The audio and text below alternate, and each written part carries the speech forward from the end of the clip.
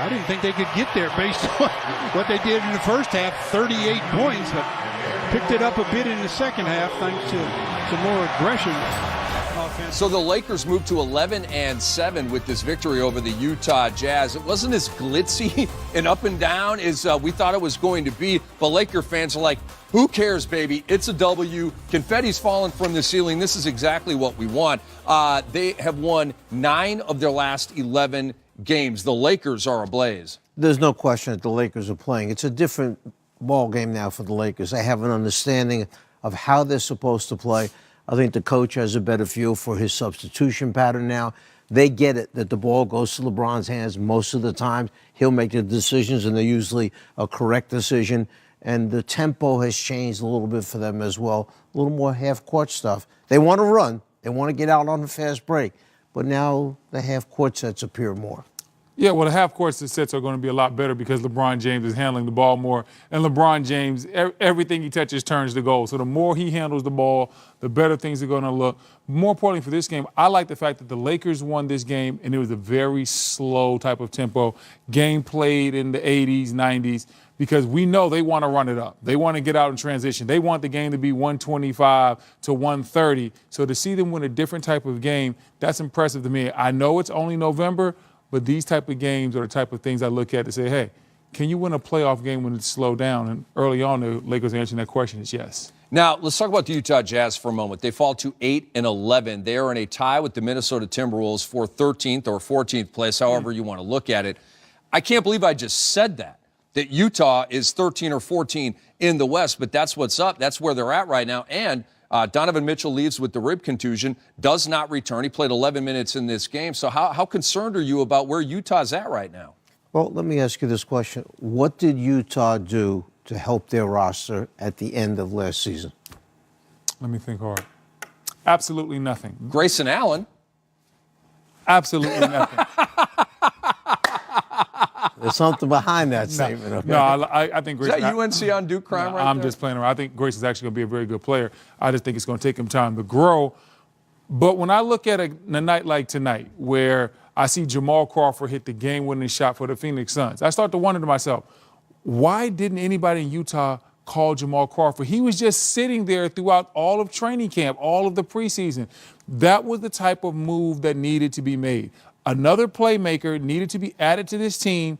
They needed more scoring. They needed another playmaker, especially for a team that was talking about they wanted to play at a different tempo. You can't play at a different tempo with the same players that are used to playing at a slow tempo. They played at a slow tempo last year for a reason. That's the only way they could win basketball games. They need to get back to that tempo. They did that tonight, and they were able to stay in this game. Maybe they would have had more success if Donovan Mitchell was healthy. By playing at that tempo that he's talking about, that's what allowed them to be so good defensively last year. When they got away from that tempo, they were trying to be better on offense, but the defense really suffered early. Help the people watching at home understand why, when you have a formula that works, you would just flip it into a formula that doesn't work. That's easy. Well, go ahead. No, you got it, Coach, but I know we all know what it is. What happens is everybody wants to catch this group up here. And sometimes you say to yourself, we're not going to do it playing this way, so we have to play differently. You play differently, you get away from who you are. You get away from who you are, you better get some new players in there. It's a copycat league. You got guys in your ear, and they're showing you all these analytics, all this. It says that you need to play at this. We don't have the players for that.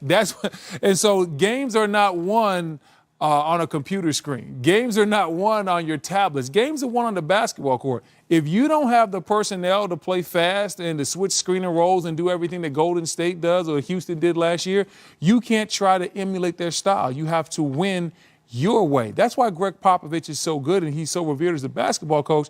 He doesn't do what everybody else does. He plays to the strength of his lineups. More teams need to do that, especially the Utah Jazz. Try to play a little bit faster this year.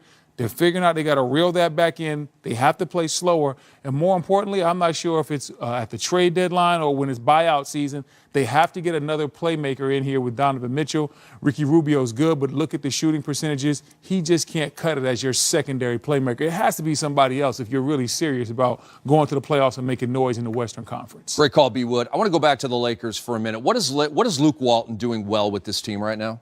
He has a handle on what he wants to do at each time of the game. When LeBron goes out, who's handling the ball, who you go into in those situations. He has a handle of when to bring LeBron back in again. Against Cleveland, a great example the other night. He played with LeBron as far as took him out early, put him back in, took him out again, put him back in. Each time LeBron went out, that Laker team just fell way behind the Cavaliers. Cavaliers got up to an 11-point lead in that game. But then he puts LeBron back in at the right time. Down the stretch, he leaves him in, and LeBron makes decisions for you on the court. So I think he's got a real good feel right now for this team and who he can trust on the floor. I think Luke Walton, like Coach has said, is doing a great job coaching LeBron. I think he's starting to empower some of his younger guys. We've seen tonight a couple early plays run for Brandon Ingram. That's always good. Get those young guys going early, feeling good about themselves. LeBron is good enough that he's always going to be able to figure it out. We saw that tonight. Had 4 points at halftime, finishes with 22. He's that type of player. So feeling it out, getting some of those young guys the ball. Also, the acquisition of Tyson Chandler, I think, solidifies the secondary unit so that they're always able to have a big body on the court.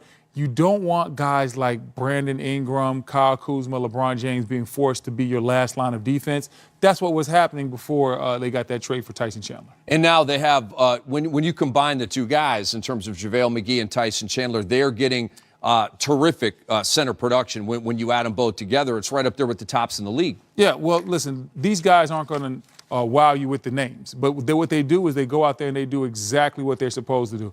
They set good screens, they block shots, they're athletic, they make plays at the rim on both ends. And I think JaVale's having a great year. This is the first year coaching staff has really trusted him to play a heavy amount of minutes, and the early returns are great. I think he's going to continue to improve, and shot blocking wise, he's giving you everything you need, one of the league leaders. If you think about the Laker roster, what they did here, it's almost a 50-50 split of veteran guys like the Rondos and the LeBron James and the Tyson Chandlers.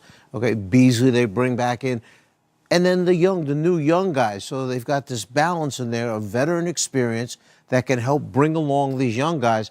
The young guys have the legs. They can run.